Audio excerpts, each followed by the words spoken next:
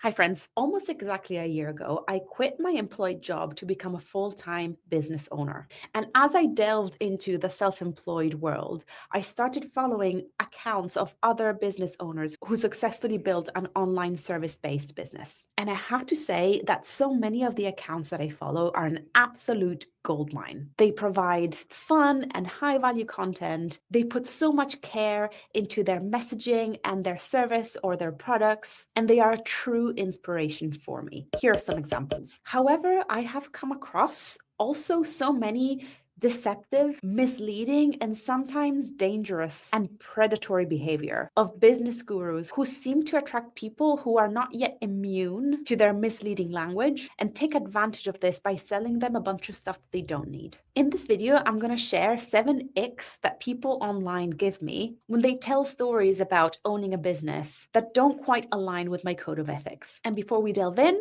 hi, I'm Susie. I'm a finance director, a business owner, and an investor. And on this channel, I talk about all things finance and business in a way that is accessible to people who don't have a finance and business background. If this is the kind of stuff that you enjoy, please do hit subscribe. I'd love to have you. Okay, so my first ick is when they only mention their income as the measure of success of their business. While income is a fantastic indicator of a business's growth, that doesn't mean that much if you don't also know how profitable the business is. So you might be making, I don't know, £500,000 every single year, but what if you spend £450,000 in order to run that business? You're only left with £50,000 of profit at the end of the year. So income doesn't mean that much if they don't also share how well they're leading that business in terms of how much it's costing them to run. In terms of evaluating the income that a company generates, there's 3 figures that you should be aware of. So obviously, the first one is income. That is a great indicator of how much sales you were able to attract as part of your operations. The second figure is called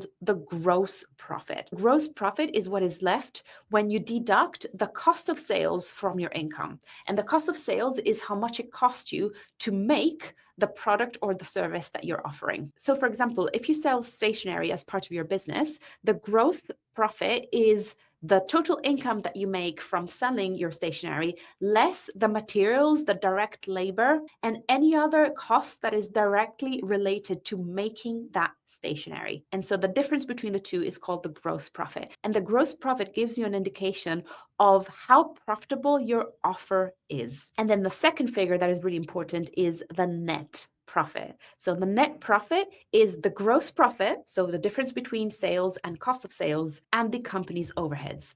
And the overheads are the costs that you incur to run the business. So an example is rent, salaries, software subscriptions, IT costs, the website costs, marketing costs, all the costs that you incur that allow you to run the business that aren't directly related to the volume of sales that you have. So whether you sell 1 piece of stationery or whether you sell 100 pieces of stationery, those costs will tend to stay the same. And so the difference between the gross profit and the overheads will give you an idea of the profitability of the organization as a whole. And then remember that once you have your net profit, you will have to pay corporation tax on that. And then whatever is left after you pay your corporation tax is the amount that you get to keep for yourself. And so when people online only mention income and don't mention anything else, cost of sales, overheads, corporation tax, we only have a very, very small picture of how successful their business is. And sometimes this might be misleading because you might be able to attract a very, very high volume of sales, but it might also be true that the company isn't that profitable because the costs that they have incurred are very high. So be careful about only using income as the sole measure of success of a business. The second ick that I have is when people online say that quitting your employed job and starting a business will give you time freedom, geographic freedom, and financial freedom. Now, don't get me wrong, all those 3 things are absolutely possible and much easier if you build a business, but be careful that those are things that more probably than not, you're going to get to reap down the line after many, many years of working incredibly hard, scaling up, and going through a hell of a lot of learnings before you're able to then step back and reap the benefits of having more time and having more money. Chances are that at least the first 5 years of creating the business, especially if it's an online business that you started yourself, Those first 5 years are going to be quite tough. There's a lot of things that you'll have to learn from scratch. There's a lot of time investment for you to figure everything out. And it can be a lot for a lot of people. I did make a video about this. I'm going to put it right over here. And in that video, I talk about what it actually means to quit your job to start a business and why that might not be the right thing for everybody. If it's just sold as the ticket to complete freedom, that is very misleading. And again, it might be absolutely possible and it will happen if you really create a strategy that you stick to and if you really put in the work at the beginning. Time freedom and money freedom is definitely something that is there for you, but that's at the end of a very long journey of learning and working and strategizing. It's very unlikely that you're going to see any of those benefits the first year of going self-employed. However, what I will say is that if you leave your employed job for the right reasons and you start your self-employed business with the right mindset, it will give you so much more satisfaction if you're working in alignment with what you're good at and what you like to do. And if you have that kind of like entrepreneurial hunger, even if you might end up working as hard and sometimes even harder than your employed job, it's going to be so much more rewarding and you're going to reap many more benefits in the future. The third ick is something that I heard someone say on a podcast. This person, I'm not going to name and shame, but this person is a very successful online business coach. And they were on this podcast. And when they were asked a question about the financial management side of their business, they were like, oh, no, I just delegate that to my accountant. They're the person that do all of that. I'm too creative for that stuff. And every time that I hear someone talking that way about finances, my heart breaks a little because I promise you that managing money is a lot more similar to storytelling than what you may think. And it's not something that you should push away. And it's not something that you should just reject, especially if you are a business owner. Your accountant can only do so much. So your accountant is the person who might be responsible for collecting the financial data, compiling it into reports, and then they might be the person sharing what those reports mean. But it's your responsibility then to engage with those reports and engage with that data. Take the story out of it about where you are and what your business has done to date, and then make decisions about the future based on that data and based on what kind of changes that information has compelled you to want. You don't need to be a bookkeeping expert and you don't need to be a math expert either. It's really just about knowing what to look for and what you should consider when making strategic decisions. For example, one of my coaching clients is an amazing freelance executive director. So she works with several different companies, compiling the overall business strategy for performing arts charities. And when she came to me, she was like, Susie, I'm great in terms of the programming strategy and the fundraising, etc. But whenever I encounter a set of management accounts and whenever I need to talk to the board about what those mean, I just freeze up because I'm not a math person. And so I don't know what that means, etc. And so in working with her, I was able to break down the information that she needed and saying, you don't need to know anything about maths. The only thing that you will need to know is to consider whether numbers are bigger or smaller. And from that, you should know where to look at to raise questions. That's essentially what it means to conduct senior level financial management. You should use the financial information to ask questions about what happened to date and also ask questions about what should happen in the future for you to be able to achieve the targets that you have.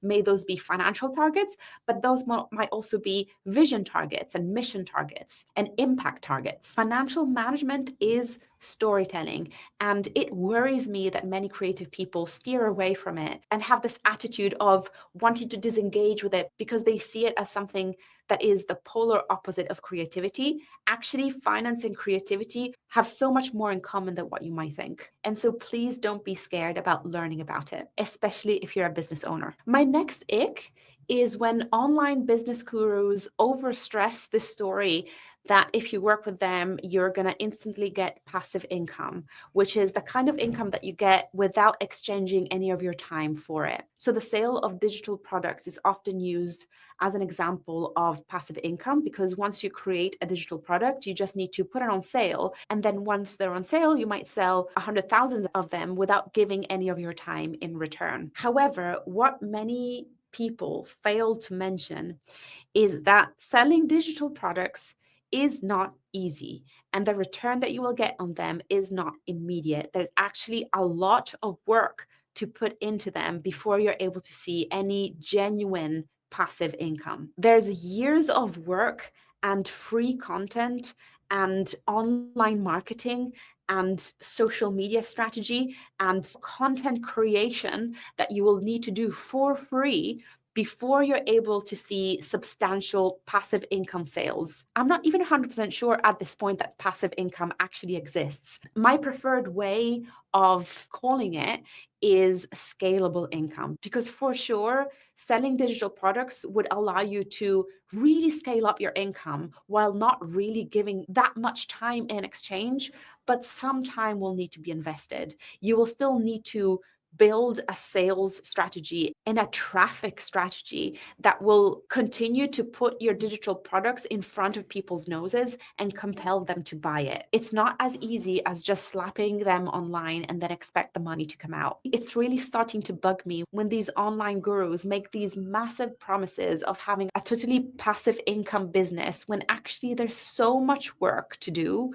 And sure, that income might be scalable. Again, like there's so much income potential that digital products may allow you to have, but I wouldn't sell it as passive. There's actually a lot of work that you need to put in before you're able to make a living out of digital products. And actually, I made a video about this. I'm going to put it right over here somewhere. My next ick is actually, it might be a little bit petty, but I have fallen prey to this marketing strategy a few times, and I've been quite disappointed by it. I have bought digital courses that promised 40 video lessons about a certain topic or about a certain strategy or about a certain business model. And I was like, wow, 40 videos. That is incredible. That's a full academic year, basically. But actually, when you buy the course and then you log online, you see that each one of those videos is like 1 or 2 minutes long. And that's an ick. I mean, it's great to be transparent about the contents of your course, but in a couple of those instances, I had the feeling that those lessons were purposefully split into many different videos so that they could give the illusion that there was more volume inside the course, when actually, if you compiled all those videos together, it would be maybe like an hour and a half of content, which is great. It might be absolutely what you need, but I have the feeling that splitting things up to increase the volume and then sell that volume as added value, that doesn't sit quite well with me. And it might be a perfectly great idea to split your videos up into smaller sections, because that might be the preferred way that your audience likes to learn, or that might just come easier for you in terms of creating the videos. Great. I would just say be careful about using that as an advertising trick to make people think that there's more stuff in it than there actually is. So I have now come to completely ignore how many videos an online course promises you. I'm just interested in the contents of what is learned. Another ick that I see out there is when business gurus promote like an advertisement for their courses, and they put in some kind of like fake scarcity and urgency, saying, hey, I'm giving away all of these courses for like X amount of dollars, buy them soon, I'm going to take this away very soon. And then you see that same ad for months and months and months and months. That is clearly deception. So I'm usually okay with including an element of scarcity within a sales push, because often customers need to be encouraged to take that last step. And if you know that your product is going to serve them, it's helpful to say, I'm going to give you this little discount, or I'm going to offer this bonus, but you're only going to get it if you buy this product by this amount. So you reward people who buy the product quickly, and there's a clear time limit, and that helps in the decision making. You know, someone might decide to buy it saying, yeah, this thing came up, I want to take advantage of this, I'm going to do it now. And other people might think, you know what, I don't need it anyway, I'm going to buy it some other time, or maybe I'm not going to buy it at all. That technique is very common, and I think it serves a purpose. What I dislike and what gives me an ick is when it's an ongoing, perpetual thing. So when someone says that something is scarce, but then it's always scarce all year round, that gives me the ick. It means that it's not rewarding the people that bought it first, and it's basically a form of like slight manipulation of the truth.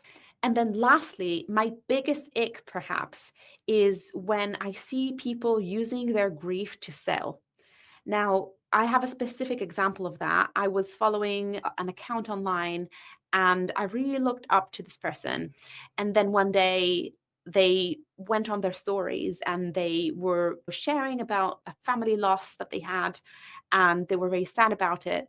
And then after a number of stories of showing themselves as being very vulnerable and sharing about the grief, etc., what they said was, I'm so glad that my business allows me to make money online and that easily, because now in this time of loss and grief, I'm able to spend time with my family and I don't have to go in an office to work. And by the way, my course is here, click on here.